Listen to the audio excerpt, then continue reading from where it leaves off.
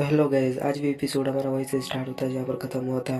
तो एपिसोड के स्टार्ट में लियान उस खंजर को देख के कहता है कि ये खंजर बहुत ही शार्प है, अगर इससे मैंने किसी को मार दिया तो उसकी हड्डियां भी टूट के चकनाचूर हो जाएगी। जिस पर सोल कहती है ये ट्रेजर लो रैंक का मानव ट्रेजर है।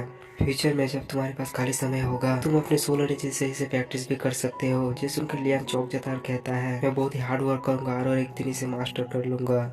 यहाँ से हमारे रिलेशनशिप उदाहरण देखते वांग जी और जाओ वो दोनों ही लियांग की मौत का खुशियाँ मना रहे थे।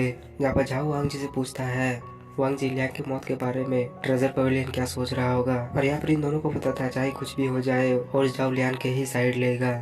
यहाँ पर वांग जी झाओ को कहता है कि होश जाओ इसीलिए लियांग का साथ दे रहा था क्योंकि लियांग के पास टैलेंट था और अगर लियांग मर गया है तो होश जाओ से हमें डरने की जरूरत नहीं है क्योंकि होश जाओ अब लिन फैमिली का साथ नहीं देगा और अगर वो इसमें इंटरफेयर करता है तो भी हमें डरने की जरूरत नहीं है। भले ही उसके पास गोल्डन क्लाउड बिजनेस लीग की शक्ति हो, लेकिन मेरे पास मेरी बेटी है जो हॉट फ्लेम एकेडमी में है, इसीलिए वो लोग में हमारी मदद जरूर करेंगे। और गोल्डन क्लाउड बिजनेस लीग की तुलना में हॉट फ्लेम एकेडमी बहुत ही पावरफुल है।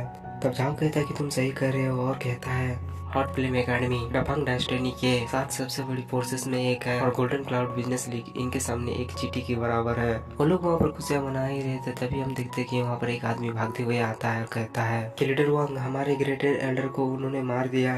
जिसमें के दोनों ही खड़े हो जाते हैं और वांग पूछता है कि तुम ये क्या कह रहे हो। तब वो पर्सन कहता है कि हाँ लीडर ग्रेट एल्डर और झाओतियान मारे गए। जिसमें के वांग जी को बहुत ही गुस्सा आता है और वो कप को तोड़ते हुए कहता है कौन है वो। तब वो पर्सन वांग जी को बताता है कि हमने जब पता किया तब पता चला कि उनको सोल एनर्जी से मारा गया है और उनको मारने वाला और कोई नहीं लियान और लिंगसोन था। जिसमें के वांग जी हाथ को पटकते हुए कहता है कि लियान मैं तुझे मिट्टी में मिला दूंगा। तब झाओ वांग जी को कहता है कि लियान बहुत तेजी से आगे बढ़ रहा है, हमें उसका कुछ इलाज करना पड़ेगा।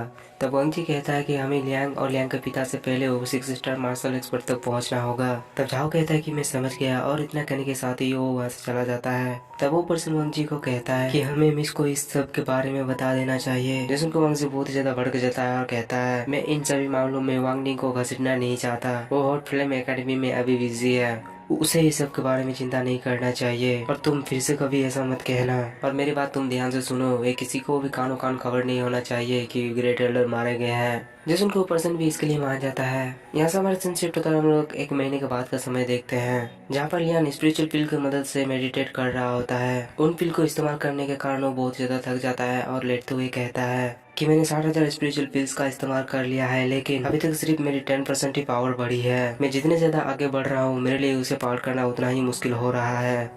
अब लग रहा है कि मेरे ब्लड लाइन को पूरी तरह से बदलने के लिए मुझे कम से कम 1 लाख स्पिरिचुअल पिल्स चाहिए। इस से उसके लियान वहाँ पर परेशान हो रहा था। तब वो सोल लियान को कहती है तुमने अच्छा अनुमान लगाया है, तुम्हें कम से कम 1 लाख स्पिरिचुअल पिल्स चाहिए। तब लियान कहता है कि 1 लाख स्पिरिचुअल पिल्स की कीमत हजारों स्पिरिचुअल स्टोन से कहीं ज्यादा है। मुझे भरोसा नहीं हो रहा कि मैं इतने ज्यादा स्पिरिचुअल स्टोन का इस्तेमाल करूंगा अपनी ब्लड लाइन को बदलने के लिए। वो लोग वहाँ पर बात कर ही रहे थे तभी हम देखते कि वहाँ पर सायुर आ जाती है और वो लियान को कहती है भैया कि आप अंदर ट्रेनिंग कर रहे हैं। आवाज को सुनकर सोल समझ जाती है कि ये जायूर है। फिर हम देखते कि लियान दरवाजे को खोलने के लिए चला जाता है और इसी के साथ ही आज का एपिसोड हमारा यहीं पर खत्म होता है।